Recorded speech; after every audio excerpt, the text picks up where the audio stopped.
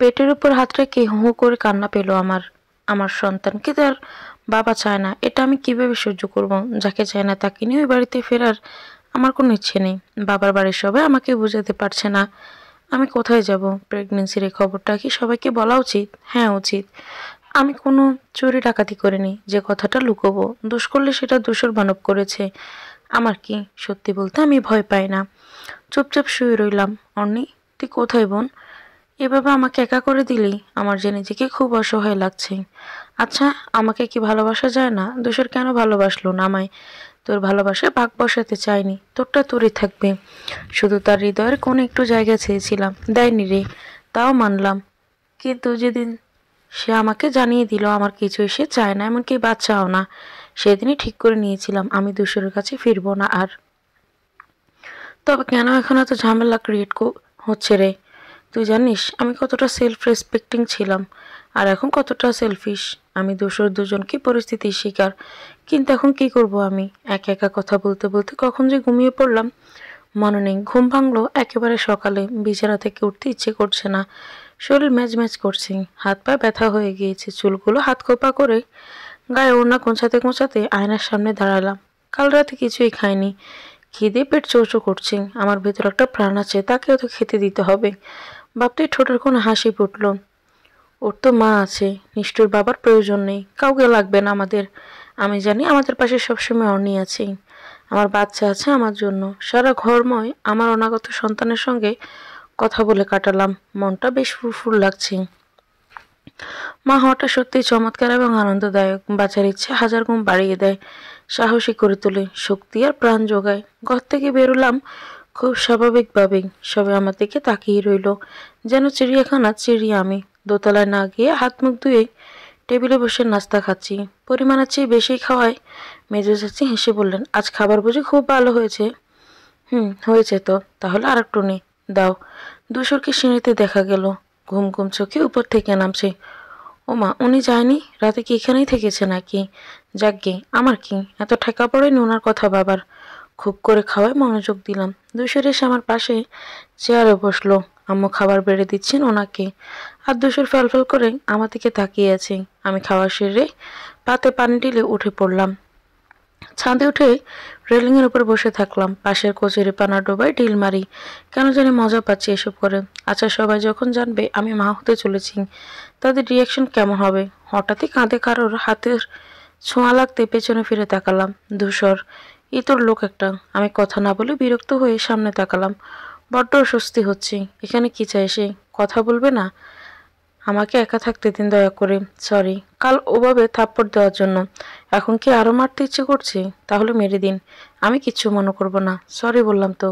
আমি কথা না বাড়িয়ে কাট কাট গলায় বললাম, ইটস ওকে, থ্যাংক ইউ। ওই যে নদীটা দেখা যাচ্ছে, সেখানে গিয়েছো কখনো? না। কেন? সাঁতার জানি না বলে ওদিকে যাওয়া বারণ। আব্বু কখনোই যেতে দেয়নি কাউকে। আমি অন্যকে নিয়ে গিয়েছিলাম, নৌকা করে ঘুরে বেরিয়েছি। আপনার মনে আছে অন্যকে? উনি অবাক হয়ে বললেন, ভুলে যাবার প্রশ্নই আসে না। সত্যি বলছেন? ডাউট আছে? জি। দুশোর চেহারাটা কালো করে ফেললো। এক নিদারুণ ব্যথা তার চোখে মুখে ফুটে উঠে দপ করে নিভে গেল। তারপর ডুব গিলে আমাকে প্রশ্ন করলো, আমাকে দেখে খুব রাগ হচ্ছে তোমার, তাই না? আমি শান্ত গলায় বললাম, দুশোর মুখ করিয়ে অন্যদিকে তাকালো। টি শার্টের কলারের বোতামটা খুলে চুলগুলোকে হাত বুলিয়ে পেছনে ঠেলে দিল। আমার বাঁ হাতটা টেনে ওনার বুকের উপর রাখলো। ক্ষীণ কণ্ঠে বলল, জানো, অন্য শূন্যতা কখনো পূরণ হবে না। আমার প্রথম ভালোবাসা, প্রথম স্ত্রী হিসেবে ওকে কখনো বলতে পারবো না। তবে এটাও মনে রেখো যে দূষর কখনো তোমাকে ছাড়বে না। চাই তোমাকে আমার, তবু আমার আচরণে তুমি কনফিউজড হচ্ছ। আসলে কি বলতো, মতের বিরুদ্ধে হলেও তোমাকে আমি বিয়ে করেছি।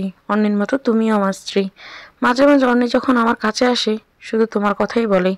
জানি এটা স্বপ্ন, কিন্তু আমার অন্যের কথা তো, তার কথা আমি কিভাবে ফিরিয়ে দিই? তুমি হয়তো ভাবছো এই জন্য আমি তোমাকে চাই, কিন্তু না, আমি আসলেই তোমাকে চাই। যে কয়দিন আমি বাড়িতে ছিলাম মনে হতো আমার অন্যই বুঝি সারা বাড়িতে বাচ্চাদের মতো দৌড়ে বেড়াচ্ছে, হাসছে, গল্প করছে। বাট যখন চলে এলে তখন আমি আরণি নামক মেয়েটাকে মিস করতে লাগলাম। আরণির উঁচু গলার বলা কথাগুলো, ঝগড়া করে মুখ ফুলিয়ে বসে থাকা, নাকের ডগা চশমা এনে আমাকে হুমকি দেওয়া, আরণির ঘন কালো চুলের মাতাল করা সুবাস, ওর হেঁটে চলার শব্দ, কিসমিসকে আমটা এলোমেলো ভঙ্গিতে ঘুমানো, সেই অরুণীর সাথে এবার অরুণিটাকেও বড্ড মিস করতে লাগলাম। ট্রাস্ট মি, এই ফিলিংসটা তুমি কখনোই বুঝবে না। অনেকে যেমন আমার প্রয়োজন, তোমাকেও আমার প্রয়োজন। ফিরবে তো? ফিরে যাওয়া কি এতই সহজ? বলে আমি একটু হাসলাম। বাড়তি একটা কথাও বললাম না। দোষের আমার মুখের দিকে তাকিয়ে অভিব্যক্তি বোঝার চেষ্টা করছে। আমি নিরুত্তর। নীলাভ আকাশে রূপর রঙা সূর্য অনেক উঁচুতে চিলেরা উঠছে। কোথা থেকে ভেসে আসছে রবিবাবুর গানের কথামালা। এক মনোমুগ্ধ শ্রোতার মতো কান পাতলাম আমি। থমথমে হয়ে আছে চারিপাশ। কয়েকটা কাক সেগুলো গাছের নিচু ডালটাতে বসে এক নাগাড়ে ডেকেই চলেছে। মৃদুমন্দ বাতাসের সাথে বিরিয়ানি আর কষা মাংসের ঘ্রাণ ভেসে আসছে। আমার জিভে জল চলে এলো। উঠতে নিলে আমার হাত ধরে ফেললো ধূসর। নির্লিপ্ত কণ্ঠে বলল, বসো আর একটু। ওকে বসলাম। কি বলবেন বলুন। উনি রেগে আসা মেজাজটা গিলে খুব শান্তভাবেই বললেন, রেডি হবে কখন? এখন না, বিকেলে। আচ্ছা। অনির্মিত তো 5.5 মাস মাত্র। আপনার সাথে আমার বিয়ে হয়েছে কয়েক মাস। এত দ্রুত আপনার মতিগতি পাল্টে গেল কেন? পাল্টানোর কিছু নেই, সব ঠিকই আছে। সুযোগ দিতে চাই সম্পর্কটাকে, কারণ তোমাকে আমার চাই। অন্যের সাথে অন্যায় করা হলো না, একদমই না। সে বরং খুশি হবে। আপনি কিভাবে জানলেন? আমার মন বলে। অনেক জানে তাকে ছাড়া আমি ভালো নেই, অরুণীকে ছাড়াও না। অ্যাকচুয়ালি এত বছরের সম্পর্ক অন্যকে আমি ভালো করেই বুঝি, সেও বুঝে। একটা কানেকশন তো আছে আমাদের মধ্যে। তুমি ওসব বুঝবে না। তারপর নীরবতায় কেটে গেল অনেকটা সময়। আমি ভাবলাম, ভাবতে ভাবতে ঘাম জড়িয়ে ফেললাম। দোষের প্রতি একটা আলাদা অনুভূতি কাজ করছে। ভালোবাসা, মায়া না করুণা জানি না। দোষের মানব যে এতটুকু বুঝতে পেরেছে, তাতে কি আমার খুশি হওয়া উচিত? সত্যিই অন্নি চায় আমি ওনার কাছে ফিরে যাই? সেও কি অরণ্য হিসেবে আমাকে চায়, অন্য সত্তার কাউকে ভেবে নয়তো? তার হৃদয়ে দ্বিতীয় মোহিনীটা জায়গায় কি সত্যিই পেয়ে গেছি? সেদিনের কথা মনে হলো। ছাদে বসে থাকার সময় অন্যের কণ্ঠস্বর বলা কথা, ভালোবাসি ধূসরকে। আমার চোখ ভিজে, গাল বেয়ে পানি পড়লো। কিন্তু এত সহজে যে ধূসর মানবের কাছে ফিরবো না আমি। আমাকে যে এত কষ্ট সহ্য করতে হলো, তার জন্য তো তাকে শাস্তি দিতে হবে। সে তো বাচ্চা চায় না। আমিও ঠিক করেছিলাম কোথাও যাব না ওনার সাথে। ধূসরের অভিব্যক্তি পরীক্ষা করার জন্য খুব সহজভাবে ওনার হাতটা নিয়ে পেটের উপর রাখলাম আমি। উনি ভ্রু কুঁচকে তাকালেন। কিছু টের পেলেন? বুঝতে পারছেন কিছু? তোমার পেট ব্যথা করছে? না। তাহলে গেস করুন। কিছুক্ষণ পর উনি ভূত দেখার মতো চমকে বললেন, আর ইউ প্রেগনেন্ট আরুনি? আমি মিষ্টি হেসে বললাম, জি। এখন অবশ্যই বুঝতে পারছেন আমি কেন আপনার কাছে ফিরব না। ধূসর গলা যেন জোর নেই। কোনো মতে বললেন, এটা কি সত্যি? Yes, I am pregnant and I am going to be mother of your child. ধূসর নিচের দিকে তাকিয়ে রইল। চেহারার খুশি খুশি ভাব। ওনার মনোভাব বোঝার চেষ্টা করে ব্যর্থ হলাম। তাকে বোঝার ক্ষমতা আমার নেই। সে কখন কি চায় সেই ভালো জানে। আমি উঠে চলে আসলাম। নিচে এসে রান্না করে মোড়া পেড়ে বসলাম। সেদ্ধ আলুর খোসা ছাড়াচ্ছি আর ছোট চাষির সাথে বকবক করছি। এর মধ্যে বনরুটিতে জেলি মাখিয়ে কয়েক টুকরো পেটে চালান করে বসে আছি। আর ছোট মাছের ঝোল আর মুড়ি ঘন্ট হবে। জিভে জল চলে আসার মতো অবস্থা আমার। রান্নাবান্না খাওয়া দাওয়ার পর্ব শেষ হতে হতে দুপুর 3টে বেজে গেল। ধূসর মানব খেতে আসেনি। তার খাবারটা দিয়ে আম্মু জোর করে আমাকেই পাঠালেন। আমি ঘরে গিয়ে দেখি তিনি শূন্য দৃষ্টিতে আয়নার দিকে তাকিয়ে কি যেন ভাবছেন। আমি ডাকতে চমকে উঠল। ওনার খাবারগুলো সামনে রেখে বললাম, খাওয়ার ইচ্ছে হলে খান, নয়তো ফেলে দিন। বলেও ফেরত পাঠাবেন না। কেন? বিরক্ত লাগছে? শরীর খারাপ হচ্ছে? আপনার এত ভাবতে হবে না। হবে। আমি ঠোঁট টিপে হেসে বললাম। তাচ্ছিল্য করে বললাম, হবে তো কেন হবে? উনি মাথা চুলকাতে চুলকাতে বোকার মতো বললেন, কারণ আমার একটা বাবু আসবে তাই। আমি অবাক হলেও সেটা প্রকাশ করলাম না। জিজ্ঞেস করলাম, আপনার বাবু? হুম। আপনার বাবু কোথা থেকে আসবেন? আপনি তো মেয়ে নন। অতিরিক্ত নেশা ভাঙ করার ফল এটা বুঝলেন? নিজেকে এখন মেয়ে বাবা শুরু করেছেন। উনি ছোট ছোট চোখ করে তাকিয়ে রইলেন। ফাজলামো করো আমার সাথে? সেই দুঃসাহস আমার নেই। আবার মজা করো? রাখলে আপনাকে কেমন দেখায় জানেন?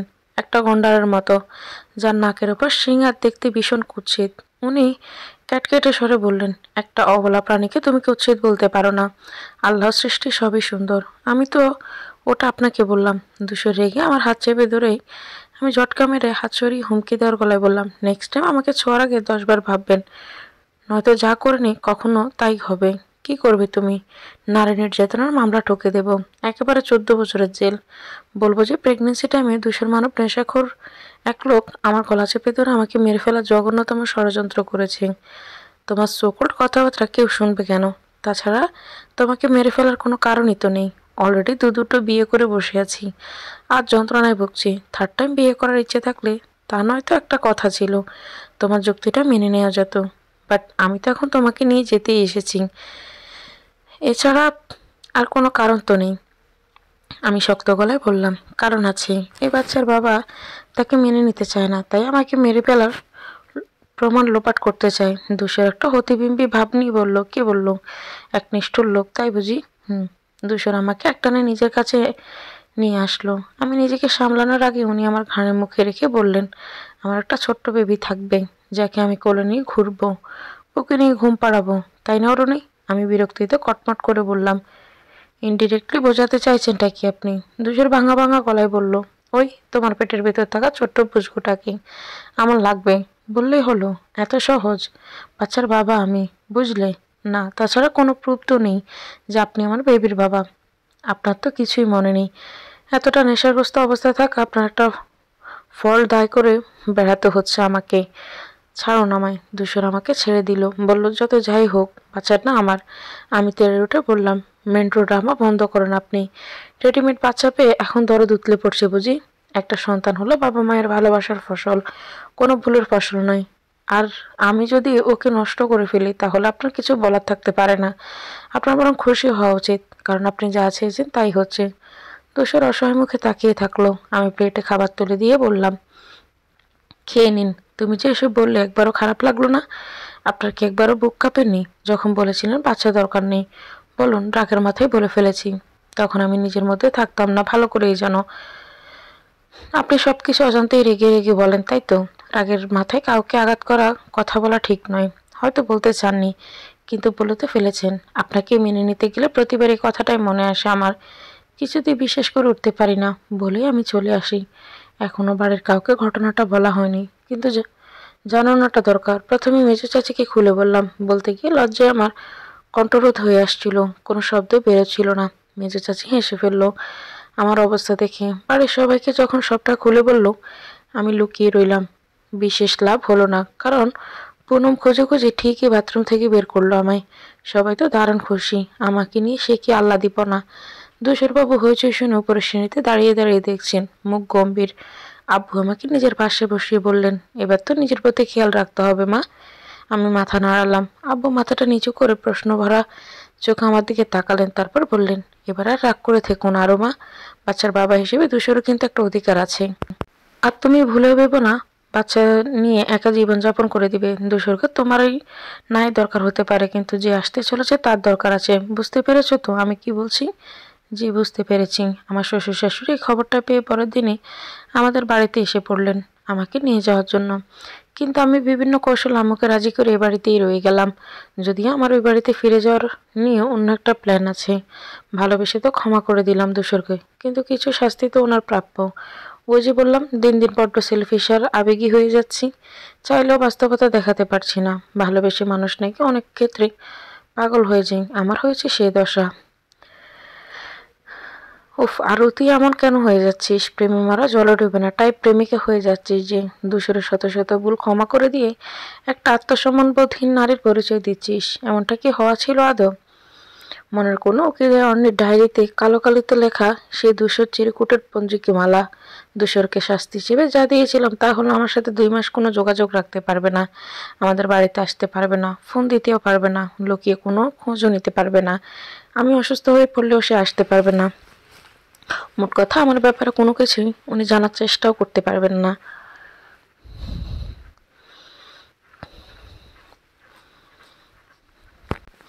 অবশ্য নিকিতা আমার শ্বশুরমশাইয়ের বেলায় এই শর্ত প্রযোজ্য নয়। শুধু চেয়েছিলাম ধূসর আমার শূন্যতাটুকু বুঝতে পারুক। সব কিছু ভালো ভালোই চলছে। রাতের বেলা আমি নিকিতা মাকে ফোন করলাম। উনি ধরে আনন্দময় কণ্ঠে জিজ্ঞেস করলেন, কেমন আছিস রে? ভালো। বিকেলে না কথা বললাম, এখন আবার জিজ্ঞেস করছো? তুই বুঝবি না। আমার চোখের সামনে রাখতে পারলে, দুদণ্ড চোখের দেখা দেখতে পারলে তবে শান্তি পেতাম রে মা। আমি হেসে বললাম, এত টেনশন করো না। তোর বাবা তো পারলে এক্ষুনি গিয়ে নিয়ে আসে। সারাক্ষণ আরো আরো করে যান যায় অবস্থা। অফিসে গিয়ে 10 বার ফোন করবে আমায়। নিজে দিতে লজ্জা পায়। আমি ব্রু কুচকে বললাম, কেন লজ্জা পায়? তার গুণধর পুত্রের জন্যই তো তুই এখানে আসিসনি, তাই। ও, বাবাকে বলবো আমাকে ফোন দিতে, আমি নিজে কথা বলবো। আর তাছাড়া সামান্য তো তার পুত্র করেছে, উনি কেন লজ্জা পাবে? মা হেসে বললেন, আচ্ছা। আমি মিনমিন করে জিজ্ঞেস করলাম, উনি কোথায়? কে কোথায়? ধূসর মানব ছাড়া আর কে? সে কাজ করে। আমি কৌতূহল নিয়ে জিজ্ঞেস করলাম, কি কাজ? কাঁথা সেলাই করে। আমি অবাক হয়ে বললাম, কাঁথা সেলাই? বাচ্চাদের। কোন ভূত মাথায় চেপেছে আল্লাহ জানে। অফিস থেকে ফিরে খেয়ে দিয়ে কাঁথা সেলাইয়ের কাজে নেমেছে। তোর বাবাও সাহায্য করছে ছেলেকে, বাপ বেটা মিলে ভালোই সেলাচ্ছে। এদিকে আমি এই দৃশ্যটা কল্পনা করতে গিয়ে হেসে ফেললাম। ফ্লোরে বসে দুশো মানব মেয়েদের মতো বাচ্চাদের কাঁথা সেলাই করছে। ইস, কি কেয়ারিং জামাই আমার। ওনার চেহারাটা নিশ্চয়ই দেখার মতো হয়েছে। অন্নি, তুই খুব লাকি ছিলি বোন। এই লোকটা এমন কেন? ওনার আচার ব্যবহার সব কিছু বলে দিচ্ছে উনি আমাকে কতটা ভালোবাসে, তবুও মুখ ফুটে কিছু বলছে না। এত মুখচোরা কেন উনি? দিনগুলো এভাবেই কাটছিল। একটু সুখ আর অনাবিল শূন্যতা নিয়ে ধীরে ধীরে বেড়ে উঠছে আমার ভিতরে থাকা ছোট্ট প্রাণ, আমার সন্তান। একজন মায়ের কাছে এই বিষয়টা কতটা ভালো লাগার তা বলে বোঝানো যাবে না। কয়েকদিন পর আমি ঘরে ঘুমোচ্ছিলাম, হঠাৎ একটা অচেনা নাম্বার থেকে ফোন এলো, তাও রাতের বেলা। আমি বিরক্ত হয়ে ফোনটা হাতে নিয়ে স্ক্রিনে ঝলঝল করা ধূসরের নামটা দেখতে পেলাম। কয়েক মুহূর্তে থম মেরে বসে থাকলাম। বাসার কারো কিছু হয়নি তো? এত রাতে ওনার ফোনই বা কেন? হাজার প্রশ্ন মাথায় নিয়ে উদ্বিগ্ন হয়ে ফোন রিসিভ করলাম। আমি কিছু বলার আগে ওপাশ থেকে ধূসর তাড়াহুড়ো করে জিজ্ঞেস করতে লাগলো, হ্যালো আরু বলছো? হ্যালো আরু, তুমি ঠিক আছো তো? আমি অবাক হয়ে বললাম, কি হয়েছে? তুমি ঠিক আছো? ভালো আছো? কিছু হয়নি তো তোমার? আমার কি হবে? আমি ঠিক আছি। আপনি এরকম করছেন কেন? কি হয়েছে তার আগে বলো তুমি সুস্থ আছো কিনা। আমি আবার বিরক্ত গলায় বললাম, থামবেন আপনি, নইলে রাখছি। আবার ধূসর থামলেন। একটা দীর্ঘশ্বাস ফেলে চুপ করে রইলেন। আমি প্রশ্ন করলাম, আপনি ঠিক আছেন? ধূসর ধরে আসা গলায় বলল, আমি ঠিক নেই। কি হয়েছে বলবেন তো? আমি ঘুমোচ্ছিলাম, হঠাৎ দেখলাম তুমি সিঁড়ি থেকে পড়ে গিয়েছো। এমন কিছুই নয়, আমি ঘুমোচ্ছিলাম আর ঠিক আছি। আমি এখন আসছি। আমি হতভম্ব হয়ে বললাম, কোথায়? তোমার কাছে। আপনি কি শর্ত ভুলে গিয়েছেন? উনি রেগে বললেন, ওসব শর্ত বাদ দাও, তোমাকে আর দূরে রাখছি না। আমি আর কখনোই ফিরবো না আপনার কাছে। আপনি শর্ত ভঙ্গ করতে চাইছেন। উনি ফোনের মাঝে আমি এমন ধমক দিলেন যে আমি কেঁপে উঠলাম। উনি গম গম স্বরে বলতে লাগলেন, তোমার সব শর্ত টর্ত বাদ দাও। আমি ভুল করেছিলাম তাই ক্ষমাও চেয়েছি। তোমার কথা মেনে এতদিন ওই বাড়িতে থাকতে দিয়েছি।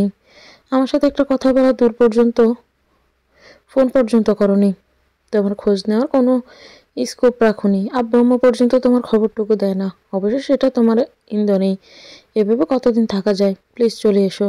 আমি এক্ষুনি আসছি তোমার কাছে। তোমার কোনো কিছু হতে দেব না আমি। অন্যের মতো ফাঁকি দিতে দিব না, কিছুতেই না। সবাই আমাকে ছেড়ে যাওয়ার চিন্তা করে কেন? আমি কি মানুষ না? আমার কি কষ্ট হয় না? তোমরা কেউ বোঝার চেষ্টাই করো না। মজা পাচ্ছ এসব করে? আমি কষ্ট রেখে খুব আনন্দ পাচ্ছ তাই না? আমি খানিক চুপ থেকে বললাম, কাঁদছেন কেন আপনি? আমি কাঁদছি না। মিথ্যে বলে লাভ নেই। আমি বুঝতে পারছি। উনি কথাটা এড়িয়ে গেলেন। শান্ত স্বরে বললেন, কি করছো? কিছু না। বারান্দায় আসতে পারবে? আমি অবাক গলায় বললাম, এত রাতে বারান্দায়? না, আমার ভয় করে, একটু আসো। আমি সন্দেহ নিয়ে বললাম, হঠাৎ বারান্দায় আসতে বলছেন কেন? তোমাকে দেখবো। বাসার গেট বন্ধ, অনেকক্ষণ ধরে নিচে দাঁড়িয়ে আছি। আমি কম্পিত কণ্ঠে বললাম, আপনি আমার বাসায়? রাস্তায় দাঁড়িয়ে আছি তোমার বারান্দা বরাবর। আপনি পাগল? এত রাতে রাস্তায় এসে দাঁড়িয়ে আছেন? আমি এক প্রকার দৌড়ে বারান্দায় গেলাম। রাস্তার ওপাশে একটা গাড়ি দাঁড় করানো। ল্যাম্পপোস্টের মৃদু আলোয় একটা অভয়কে দেখা যাচ্ছে। ওটা ধূসর। গাড়ির দরজায় হেলান দিয়ে দাঁড়িয়ে ফোনে কথা বলছেন। পরনে হাফ প্যান্ট আর টি শার্ট, পায়ে স্যান্ডেল। আমি বললাম, দেখেছেন আমি ঠিক আছি। এবার বাসায় চলে যান। উনি দূর থেকে এক দৃষ্টিতে আমায় দেখেই চলেছেন। আমি অস্বস্তি ঘাট হয়ে আছি। আমাকে অবাক করে দিয়ে উনি ফোনের ওপাশ থেকে বলে উঠল, ভালোবাসি তোমাকে খুব। কি বললেন? ভালোবাসি অন্যের বোনটাকে। আকাশে আর চাঁদ নেই, তারা নেই। দূর দূরান্ত পর্যন্ত ছড়িয়ে ছিটিয়ে আছে রাতের আধার। ঢাকা শহরের ব্যস্ত মানুষজন ঘুমে বিভোর। তার মাঝে জেগে আমি আর ধূসর কৈশোরী বয়সের প্রেমের মতন রাস্তায় দাঁড়িয়ে ভালোবাসার আদান প্রদান করা হচ্ছে। এই মুহূর্তটা খুব উপভোগ্য। আমার জীবনের অন্যতম সেরা রাত বোধ হয় এটাই। লোকটা আমায় ভালোবাসে। আমাকে হারিয়ে ফেলার ভয়ে এত রাতে ছুটে এসেছে এখানে। তাকে কি ফিরিয়ে দেওয়া যায়? এভাবেই নানা অভিমান অভিযোগের পালা শেষ করে আমি ফিরে গিয়েছিলাম ধূসর ভানবের সাথে। তারপর আমাদের সুখের একটা সংসার, অন্যের স্মৃতি, নিকিতা মা, শ্বশুর মশাই, সবাইকে নিয়ে আমার ভালো থাকার চেষ্টা, সবকিছু সুন্দর মতো এগোচ্ছিল। আগে না বুঝলেও এখন বুঝতে পারি ধূসরের পক্ষে সত্যি ওই দিনগুলো আমাকে মেনে নেওয়া কষ্টকর ছিল। স্বাভাবিক ছিল খারাপ ব্যবহার করাটা, কিন্তু প্রতিদিন হিসেবে সে আমাকে এত এত ভালোবাসা দিয়েছে, যার ফলে তাকে ছাড়া বেঁচে থাকাটা আমার পক্ষে অসম্ভব হয়ে দাঁড়িয়েছে। পরিবার সবসময় আমাদের ভালোর জন্য সবকিছু করে। আর যদি দূষরকে ছেড়ে দিতাম বা অন্য জায়গায় বিয়ে করতাম, তাহলে হয়তো আমি এই ভালোবাসাটুকু উপভোগ করতে পারতাম না। আমার প্রেগনেন্সি টাইমে দূষরের মতো কেয়ার কেউ করেনি। আমাকে খাইয়ে দেওয়া, অসুস্থ হলে সেবা করা, মুড সুইংয়ের সময় আমার তিক্ত মেজাজ এবং বাজে গালাগালিও বেচারা হজম করেছে হাসি মুখে। প্রায় বমি সামলাতে না পেরে ওনার গায়ে বমি করতাম, আর তিনি কত সুন্দরভাবে হাসি মুখে সেগুলো পরিষ্কার করে আমাকে বুকে নিয়ে ঘুমিয়ে পড়তো। মাথা আঁচড়ানোর কাজটা পর্যন্ত উনি করে দিত। নিকিতা মা এগুলো দেখে আড়ালে হাসতো আর আমি মজা নিতাম। উনি রেগে গিয়ে বলতেন, হাসাহাসির কিছু নেই আম্মু, আমি তোমার পেটে থাকাকালীন আব্বু তোমাকে এভাবে যত্ন করতো। মা বলতো, কে বলেছে তোকে? আব্বু। মা লজ্জা পেয়ে চলে যেতেন, কিন্তু পরে আবার ঠিকই হাসতেন দূষর ভানবের কাণ্ড দেখে। একদিন উনি আমায় চলে বেরেনি করে দিতে দিতে অফিসের কি সব মজার মজার কথা বলছিল। কোন কলিগের প্রেম বিষয়ক কাহিনী। দূষর আমাকে বললেন, আচ্ছা আরু, তুমি তো আমাকে ভালোবাসি বলনি, অথচ অন্য দিনে 10 বারই কথাটা বলতো। তার মানে কি তুমি আমায় ভালোবাসো না? আমি মজা করে বললাম, অন্নি আমায় বলতে মানা করেছেন। কেন মানা করবে কেন? কারণ আপনি আমায় অনেক কষ্ট দিয়েছেন। উনি চুপ করে গেলেন, গম্ভীর চেহারা করে মাথা নুইয়ে চুল বাঁধতে লাগলেন। আমি উঠে ওনার কোলে বসে পড়লাম। তারপর গাল টেনে ধরে বললাম, ভালোবাসি এই ধূসর মানবটাকে, যার হৃদয়ে ধূসর রাঙা জায়গাটা শুধুই আরণির। উনি ছল ছল চোখে আমার দিকে তাকালেন, ক্ষীণ কণ্ঠে বললেন, হৃদয়ের বুঝি রং হয়? হ্যাঁ হয়তো। এই যে আপনার হৃদয়ের দুটো অংশ, লাল আর ধূসর। লাল রঙা অংশটা অধিকারিণী অর্ণি, ধূসর রঙা অংশটা আরণির। তারপর অনেকটা সময়, অনেকগুলো দিন কেটে যায়। আমার ডেলিভারির সময় কিছুদিন আগে ধূসর সেদিন অফিসে গিয়েছিল কোনো জরুরি এক কাজে। সকালের দিকে 2বার বমি হলো আমার। সে খবর দূষরকে দিতে উনি ফোন করে আমাকে কিছুক্ষণ জেরে ফেললেন। রেগে একা কাশে, কেননা আমি অতিরিক্ত টক খেয়ে পেট ব্যথা বাঁধিয়েছি। যদিও বিষয়টা অতটা গুরুতর ছিল না, কিন্তু দূষর খুবই সিরিয়াসলি নিল। কতটা ভালোবাসে সেটাও বুঝিয়ে দিল। হাজারো কথা আর বাক্য ব্যয় করে রাগ করে ফোন রেখে দিলেন উনি। সারাদিন আর খোঁজ নেয়নি ওনার। বিকেলের দিকে আবারও কাঙ্ক্ষিত নাম্বার থেকে ফোন এলো। ভাবলাম মশাইয়ের বুঝি রাগ ভেঙেছে। খুশি খুশি মনে ফোন রিসিভ করতে পাশ থেকে অপরিচিত কণ্ঠে বলে উঠল, এই ফোনটা যার তিনি অ্যাক্সিডেন্ট করেছেন, ওনার অবস্থা খুব আশঙ্কাজনক। অতিরিক্ত ব্লিডিং হচ্ছে, ধারণা করা হচ্ছে উনি আর বাঁচবেন না। আপনি যদি ওনার পরিচিত হন তাহলে খুব দ্রুতই অ্যাপোলো হসপিটালে চলে আসুন। ফোন কেটে গেল। আমি মূর্তির ন্যায় দাঁড়িয়ে রইলাম। একজন ডাক্তার এতটা নিষ্ঠুরভাবে কীভাবে এতগুলো কথা বলতে পারলো? সেদিনই এই ঘটনার পর আমার আর কিছু মনে নেই। প্রতি মুহূর্তে কিছু একটা শূন্যতা গভীরভাবে অনুভব করছিলাম। সে আর নেই, এই কথাটা আমার মন মস্তিষ্ক মেনে নিতে পারছিল না। আমার যখন জ্ঞান হলো তখন নিজেকে বিছানায় আবিষ্কার করলাম, মাথার পাশে নিকিতা মা। আমি চোখ খুলতে উদ্বিগ্ন হয়ে জিজ্ঞেস করলেন, ঠিক আছিস তুই? এভাবে পড়ে গেলি কি করে? খাওয়া দাওয়ার এত অনিয়ম করিস যে? আমি ডুকরে কেঁদে উঠলাম। মা হতভম্ব হয়ে গেল, বারবার জিজ্ঞেস করতে লাগলো কি হয়েছে। আমি কিছু বলতে পারছিলাম না, শব্দ বেরোচ্ছিল না গলা দিয়ে। অনেক কষ্ট করে শুধু বলতে পারলাম, ওনার অ্যাক্সিডেন্ট হয়েছে মা। কার? দূষরের। মা অবিশ্বাস ভরা চাহনিতে আমার দিকে তাকিয়ে রইল। পরক্ষণে আমি বিছানা থেকে নেমে মাকে নিয়ে বেরিয়ে এলাম বাসা থেকে। আসার পথে বাবাকে ফোন করলাম, আব্বু আম্মুকে খবর পাঠালাম তারা যেন দ্রুত হাসপাতালে পৌঁছে যায়। নিজেকে সামলাচ্ছিলাম খুব কষ্টে। এই অবস্থায় আমাকে ভেঙে পড়া চলবে না। নিজের জন্য, দূষরের জন্য, আমার সন্তানের জন্য হলেও শক্ত থাকতে হবে। এই প্রতিকূল পরিস্থিতি মোকাবিলা করতে হবে। হাসপাতালে পৌঁছে 3 তলায় পৌঁছলাম লিফটে করে। লিফট থেকে বেরোতে করিডোরে আব্বু আম্মু আর বাবাকে দেখতে পেলাম। আমি এক প্রকার দৌড়ে সেদিকে ছুটতে লাগলাম। আব্বু আমাকে ধরে রাখলেন। আমি অনেক কষ্টে কান্না আটকালাম। সবার মুখ থমথমে আর ভীষণ চিন্তিত। ভেতরে ডাক্তাররা দূষরকে দেখছেন। আমরা বাইরে অপেক্ষা করতে লাগলাম। আধ ঘন্টা অপেক্ষা করার পরে ডাক্তার বেরিয়ে এলেন এবং জানালেন ওনার পার্শ্বরের হার্ট মারাত্মক ক্ষতিগ্রস্ত হয়েছে। সেই সাথে বাঁ হাত আর পায়ে আঘাত পেয়েছে, মাথায়ও আঘাত আছে। কিভাবে এসব হলো কেউ কল্পনা বলতেও পারল না। অ্যাক্সিডেন্টের পর দূষরকে আহত অবস্থায় কয়েকজন পথচারী হসপিটালে নিয়ে আসে।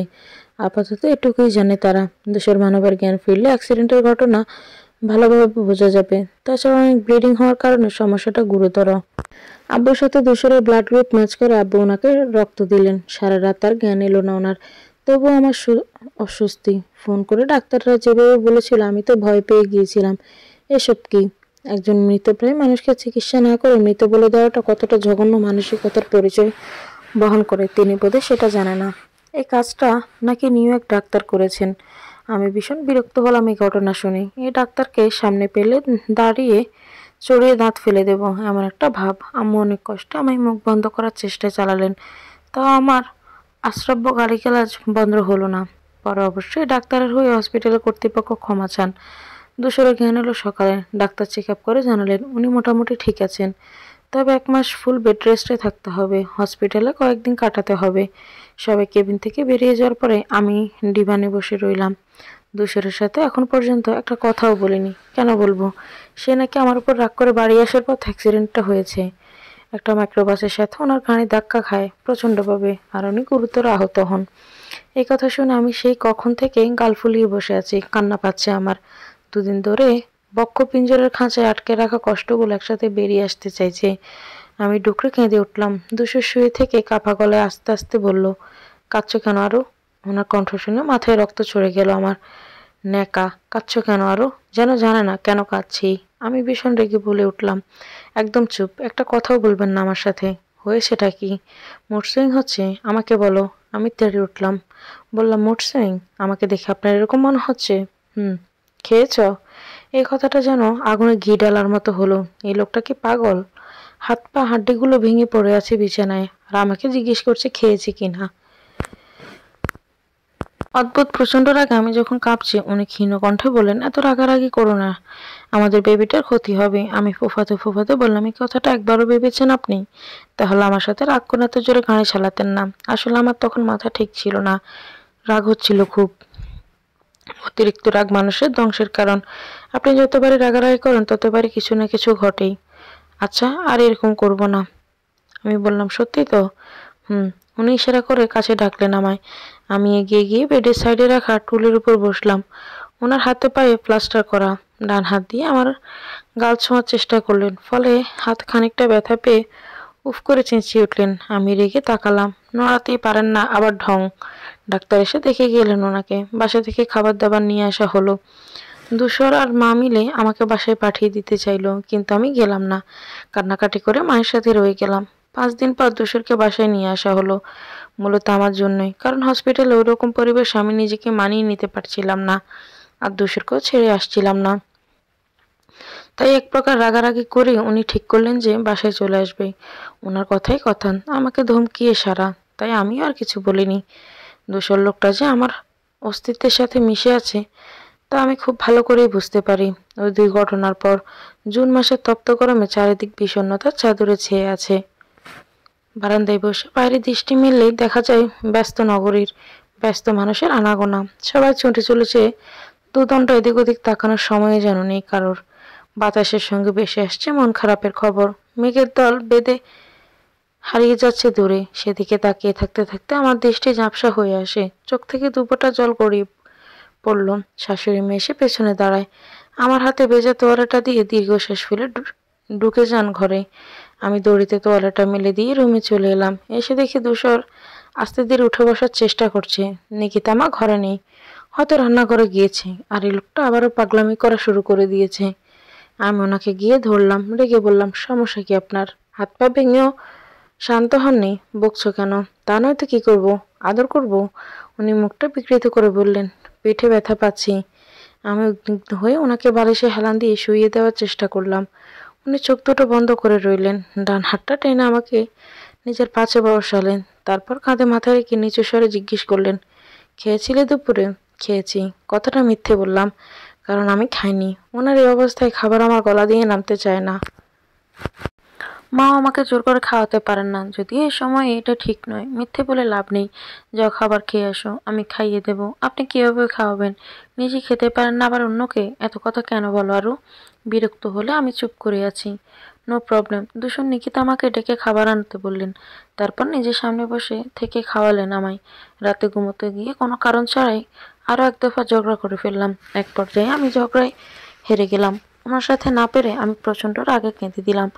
ঠিক করলাম, এই লোকের সাথে এক বিছানায় ঘুমানো তো দূর, এই ঘরেই থাকবো না আমি। আমি বিছানা থেকে নেমে ঘর থেকে বেরিয়ে আসতে নিলে উনি একটা ছোট্ট চিৎকার দিয়ে চোখ মুখ কুঁচকে ফেললেন।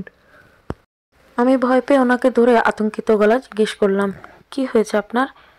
বলুন না কি হয়েছে। দুশোর চোখ জোড়া খুলে ডান হাতে আমাকে চেপে ধরল নিজের সাথে। তারপর প্রগাঢ় এক চুমু খেলেন আমার ঠোঁটে। জলহস্তির মতো শক্তি ওনার। আমি ঠেলে সারা রাত পারছিলাম না। বেশ কয়েকদিন মিনিট পর আমাকে ছেড়ে দিয়ে বাঁকা হাসলেন। হাঁপাতে হাঁপাতে রাগী স্বরে বললেন, কেমন লাগলো? আমি রাগে ঠোঁট মুছতে মুছতে বললাম, থাকবো না আমি এই ঘরে, যাচ্ছি আমি। কথাটা বলতে দেরি ওনার থেরাপি দিতে দেরি নেই। আমি ধাক্কা দিয়ে সরিয়ে বিছানা থেকে নামতে নিলে উনি চেঁচিয়ে বললেন, রাতে যদি আমি ভাঙাই হাত পা নিয়ে ফ্লোরে পড়ে যাই, রক্ত বেরিয়ে মরে যাই, তার জন্য দায়ী থাকবে তুমি। আমি হার্ট অ্যাটাক করে মরলেও তুমি দায়ী থাকবে। রাতে যদি ভূত এসে আমায় মেরে ফেলে তাহলে তোমার দোষ। আমি একা করে থাকতে ভয় পাই, সেটা জেনেও তুমি এমন করছো। জাস্ট মাইন্ড ইট বলে উল্টো দিকে মুখ ফিরিয়ে বিছানায় শুয়ে পড়লেন। আমি দরজার কাছে কোমর হাত দিয়ে দাঁড়িয়ে রইলাম। ভ্রু দুটি আপনা আপনি কুঁচকে এলো। আচ্ছা, ফ্যাসাদে পড়া গেল তো। এই লোকটা এত মরে যাওয়ার কথা বলে কেন, আমায় দেখায়? জানে না বুঝি আমার যে কষ্ট হয়। নির্দয় দূষর মানব একটা। ছোট ছোট খেয়ে আর একটুখানি সব মিলিয়ে দিনগুলো এভাবে ভালো মতোই কাটতে লাগলো।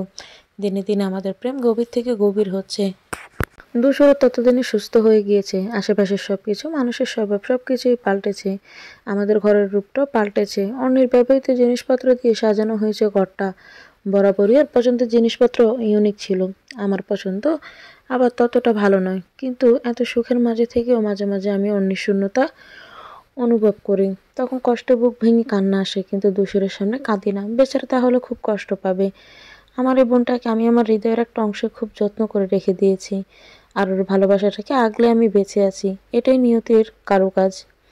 কেউ পেয়েও পায় না, আর কেউ না চাইতেও পেয়ে যায় সবকিছু। সপ্তাহখানিক পর আল্লাহ তাআলার অশেষ রহমতে সুস্থভাবে আমার ছোট্ট সোনামণি পৃথিবীর আলো দেখলো। ছোট্ট একটা ধূসর মানবী আমার কোলজোড়ে এলো, আমার ক্ষুদ্র জীবনটাকে পরিপূর্ণতা দান করলো। মা হওয়ার আনন্দে আমি তখন সুখের বেলায় বাসছি।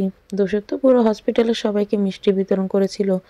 তারপরে এলো বাচ্চাকে কোলে নিতে। উনি ঠিক করলেন তোয়ালে দিয়ে ওকে কোলে নেবেন না, নিজের সেলাই করা কাঁথাতেই কোলে নেবেন বলে। সে কি ঝামেলা সিস্টারদের সাথে। ওনার এক কথা, আমি সবকিছু জীবাণুমুক্ত করে এনেছি, আপনি ওখানেই রাখুন আমার পিছুনিটাকে। সিস্টার বেচারি অসহায় গলায় বললেন, আমাকে ডাক্তার বলে দিয়েছে আপনার বাচ্চাকে যাতে কেয়ারফুলি রাখি, বাইরের জিনিসপত্র ইউজ যাতে না করি। উনি চেঁচিয়ে বলে উঠলেন, বাইরের জিনিস? কোনটা বাইরের জিনিস? এটা আমার নিজের হাতে তৈরি করা জিনিস। আর দোষর কখনো পুরনো বাতিল জীবাণুযুক্ত জিনিস ইউজ করে না। সিস্টার এভাবে কিছুতে ওনার কোলে দেবে না। ভীষণ বিরক্ত হয়ে বলল, তবুও স্যার আপনি বোঝার চেষ্টা করুন। দোষর ওনাকে থামিয়ে দিয়ে বললেন, কিচ্ছু বোঝাতে হবে না সিস্টার। এবারে বেশ বিরক্ত হলো, বলল, এতে আপনার বেবিরই প্রবলেম হবে। একথা শুনে আমি দোষরকে অনুরোধ করলাম এমন পাগলামো না করতে। ওনার পাগলামো দেখে সবাই হাসতে হাসতে খুন। তবু অনেক কষ্টে ওনাকে সবাই বুঝিয়ে সুঝিয়ে রাজি করালো। দুই পরিবারে যেন এদের মতো আনন্দ লেগেছে। এভাবে সবাইকে দেখতে খুবই ভালো লাগছে। এক পৃথিবীর সকল সুখ আমাকে সামনে তখন নক্ষত্রের মতো জ্বলজ্বল করছিল। হসপিটালে দুদিন কাটিয়ে পিচ্চুকি নিয়ে আমরা বাসায় চলে এলাম। তারপর জীবনটা আরো রঙিন হয়ে উঠল। আমার ছোট্ট দুশোর মানবীটা ছোট হাত পা মেলে খেলা করে, মিটমিট করে আমাদের দেখে। এভাবে মাস কয়েক কেটে গেল। নিকিতা মা সংসার সামলাতে ব্যস্ত, আমি ধূসর আর বাবুকে সামলাতে ব্যস্ত। একদিন রাত আমি বাবুকে নিয়ে ঘুমিয়ে আছি। ধূসর বাইরে থেকে ফিরে এসে আমাদের কি অবস্থা দেখে আর ডাকলো না, সোজা ফ্রেশ হয়ে এসে আমার পেছনে শুয়ে পড়লো। আমি তখন ক্লান্ত হয়ে ঘুমে মগ্ন। উনি আমায় ঘুমন্ত অবস্থায় সুযোগ নিয়ে আমার নাকে মুখে সুড়সুড়ি দিচ্ছেন। এতে আমার পাকা ঘুমটা ভেঙে গেল। আমি বিরক্ত হয়ে ওনাকে ধাক্কা দিয়ে সরিয়ে দিলাম। তারপর আবার ঘুম। হঠাৎই দূষণ নাকি সুরে ভয়াবহ কণ্ঠে আমার কানের কাছে ফিসফিস করে বলতে লাগলো, এই আরু। আমি উত্তর না দিয়ে চুপ করে মিটমিটিয়ে হাসছি। দ্বিতীয়বারে একেবারে বলতে লাগলো। আমি এবার ভয় পাওয়ার ভান করে বললাম, কে? ভূত তাই বুঝি? হ্যাঁ, কিন্তু আমি যে আমার ভূত বাবাজিকে ভয় পাই না। ধূসর চিকন সুরে বুকুচকে বলতে লাগলো, বড্ড সাহস তাই না? বড্ড সাহস। আমি তার ভীতু নই, তাই পাঙ্গা নিতে আসবেন না ভূতমশাই। আপনি হয়তো জানেন না আমি একলা নই। একলা নন তাহলে কি দোকলা?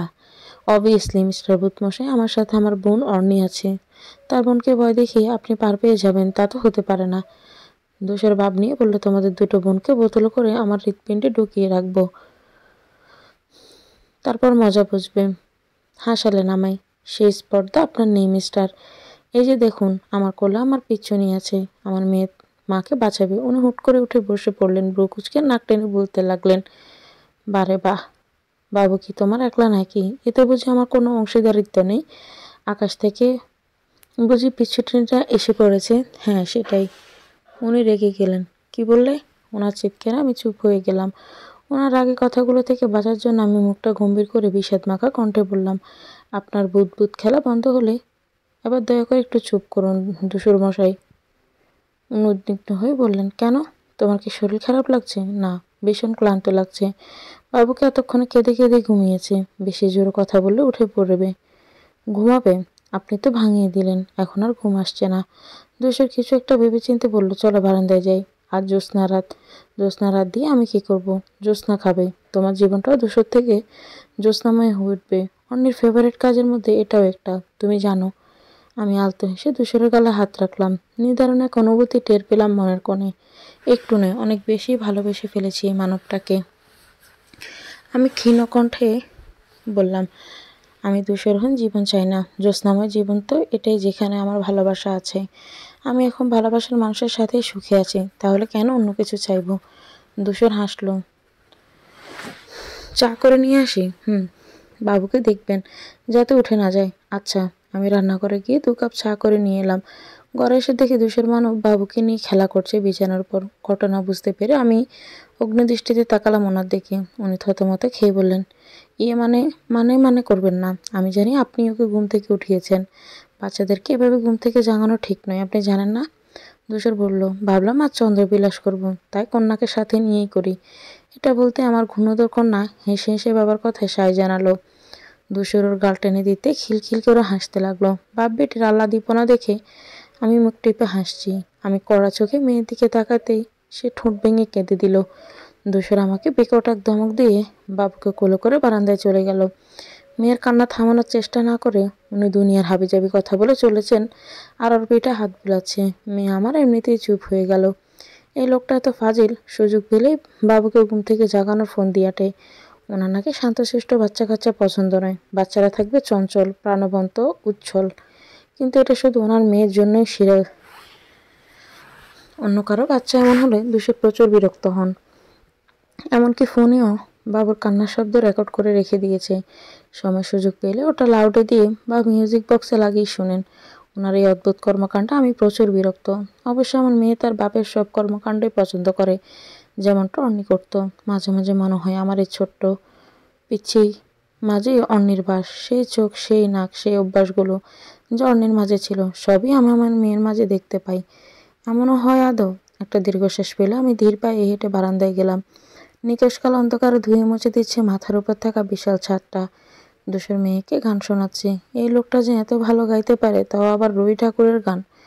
আমি সেটা জানতামই না। কি সুরেলা ওনার কণ্ঠ, কত আবেগ দিয়ে প্রতিটা লাইনে জীবন্ত করে তোলেন, আমি বলে বোঝাতে পারবো না। রাতটা বারান্দায় মাদুর পেতে চন্দ্রবিলাস করতে করতে আমরা 3 জন কাটিয়ে দিয়েছিলাম।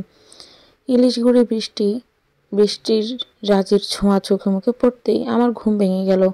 তখন ভোর হচ্ছে, আকাশ ভেঙে বৃষ্টি নামবে। আমি ধূসরকে ঘুম থেকে জাগিয়ে ঘরে নিয়ে এলাম। মেয়েকে বুকে জড়িয়ে ধরে উনি আবার সেই ঘুম দিলেন। রাত জাগার ফল এটা। আমি পাশে গিয়ে শুয়ে পড়লাম। মুহূর্তে মাথায় বার করলো ঘুম, এসে ঘর করলো আমাকে। ঘুম ভাঙলো বেশ বেলা করে। হাই তুলতে তুলতে উঠে বসলাম। ধূসর নেই পাশে, এমনকি ঘরেও নেই। আমার পিছনেও নেই। গেল কোথায় বাপ বেটি মিলে? ঘড়ির দিকে চোখ পড়তে থমকে গেলাম। 10:30 বাজে। নিকিতা মা আর আব্বু কী সব ভাববে। আমি দ্রুত দাঁত ব্রাশ করে হাত মুখ ধুয়ে তাড়াহুড়ো করে নিচে নেমে এলাম। রান্নাঘরে মা আর বুয়া মিলে কুটকাট করছে। সাম্প্রতি পিচ্চনি হওয়ার পর বাবা বুয়া রেখে দিয়েছে, যাতে আমাদের একটু সুবিধা হয়। আমাকে দেখে মা হেসে বললেন, ঘুম ভাঙলো? টেবিলে বস, খাবার দিচ্ছি।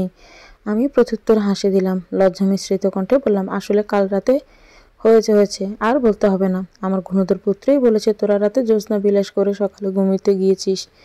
এ মানে? আর এত লজ্জা পাচ্ছিস কেন? নর্মাল হ। আমি এবার জিজ্ঞেস করলাম, উনি কোথায়? আর ওকে নিয়েই বা কোথায় গেল? বলেছে তোমাকে? হ্যাঁ, এই তো সামনের মাঠটাতে গিয়েছে, অনেকক্ষণ হলো তো। পিচিকে নিয়ে যাবার কি দরকার ছিল? কাঁদছিল, আমি পাঠালাম। কিসমিসকেও নিয়ে গিয়েছে। আমি পানি খাচ্ছিলাম। মায়ের কথা শুনে বিষম উঠে গেল। মা এসে ধরে আমাকে পিঠে হাত বুলিয়ে দিতে লাগলো। এও সম্ভব, যার সাথে ওনার সাপে নেউলে সম্পর্ক নিয়ে কিভাবে বেরোলো? আমি মাকে জিজ্ঞেস করলাম। সত্যি? কিসমিসকে তো দু চোখে দেখতে পারে না, উনি আবার নিয়ে গেল? মা হেসে বললেন, গলায় বেল্ট বেঁধে ভদ্র সাজিয়ে নিয়ে গিয়েছে। আমাদের কিসমিস যা ছটফট করে।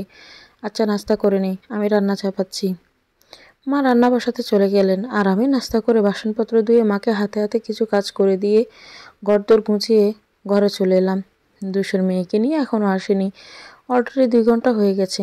আমি বারান্দায় গাছগুলো ছেটে দিচ্ছিলাম। গেটের দিকে চোখ পড়তে ওনাদের দেখতে পেলাম। মেয়ে বাবার কোলে খিলখিলিয়ে হাসছে। এই প্রথম বাইরের হাওয়া খেলো, ভালোই তো লাগবে। কিসমিসের গলায় বেল্টের লম্বা লাইনের দড়ি বেঁধে সেটা হাতের মুঠোয় নিয়ে হেঁটে আসে দুশোর মানব। বেচারা কিসমিস ছাড়া পাবার জন্য কুই কুই করতে করতে তিনি ধমকে উঠলেন। আমি ওনাকে ডাকলাম। উনি উপরে তাকাতে আমি চোখ রাঙিয়ে বললাম, তাড়াতাড়ি বাসায় আসুন।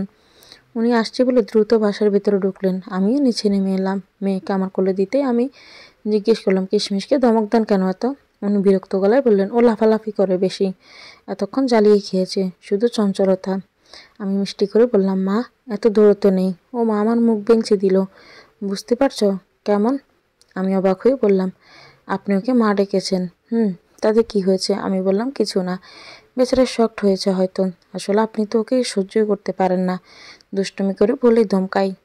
আমি ওকে ভালোবাসি। ওনার কথা শুনে আমি আর মা হেসে উঠলাম।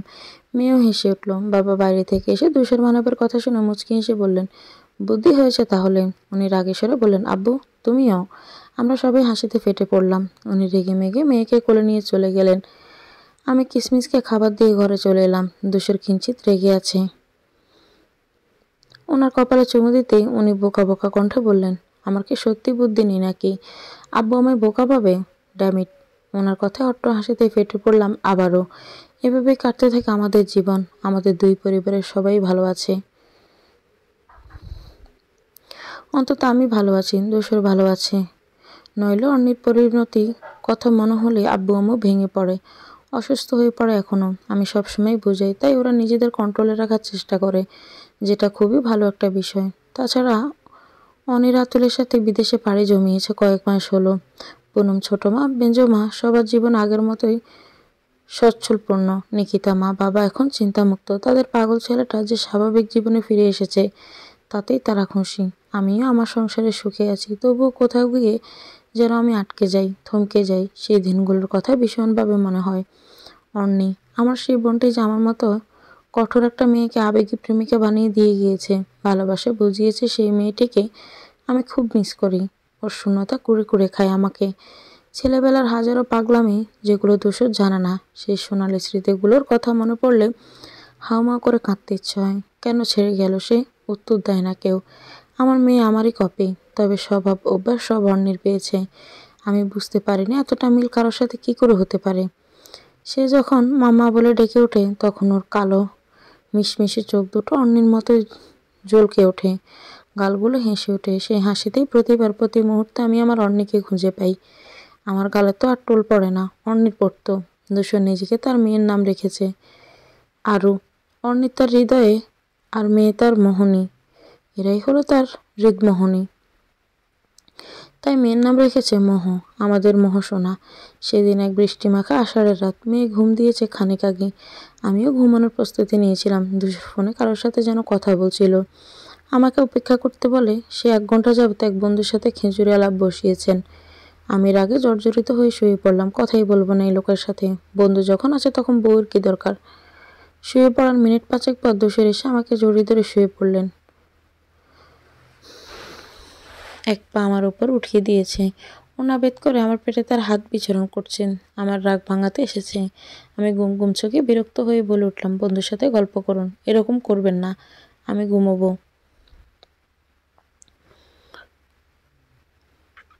এখন ঘুমানো যাবে না, জানতো আপনি। ছাড়ুন আমায়, আমাকে আদর দাও।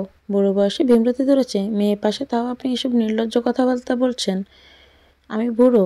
এই মেয়ে, তুমি এটা কি বললে আমায়? নিজে কি একটা চাশমিশ পেতনি। তোমার বাচ্চা তো কিসমিস, সারাদিন মেয়া মেয়া করে আমার মাথা খায়। আমি মুখ ঘুরিয়ে রেগে বললাম, ভালোই তো। তো কিসমিসের মাটা কিভাবে জড়িয়ে ধরে আছেন কেন? আদর পেতে চান কেন? বন্ধুকে গিয়ে বলুন আপনাকে আদর দিতে। ছাড়ুন আমায়, আর কখনো আসবেন না আমার আরণির কাছে। চলে যাচ্ছি। উঠে যেতে নিলে তুষার আমার হাতটা বিছানায় মুড়ে ধরল। নির্লিপ্ত ভঙ্গিতে বললেন, এত রাগ করে না কিসমিস আম্মু। এই দূষর মানবকে ছেড়ে কোথাও যাওয়া চলবে না। যাবই আমি। আচ্ছা সরি, আমি আর কখনো বন্ধুর সাথে কথা বলবো না। সত্যি 100% কিসমিস আম্মু। আমি এবার হেসে ফেললাম। কিসমিস বেচারার সাথে আপনার কিসের এত শত্রুতা? সে আমার বউয়ের হাতে খামচি দিয়েছিল কেন? সে তো আপনার মেয়েও দেয়। তবুও কেন? এসব বাদ দাও। আমার জীবনে দ্বিতীয় হৃদমোহিনী মোহ করার আদত চাই, ব্যাস। কোনো কথা শেষ করার আগে দূষণ মানব আমার ঠোঁটের দখলদারিত্ব শুরু করলেন। এক অজানা সুখে শিহরিত হতে লাগলাম। বৃষ্টি ভেজা রাতে প্রেমের বর্ষণ। কারো হৃদয়ের হৃদমোহিনী হওয়া এত খুশির কেন? ভালোবাসা এত সুন্দর কেন?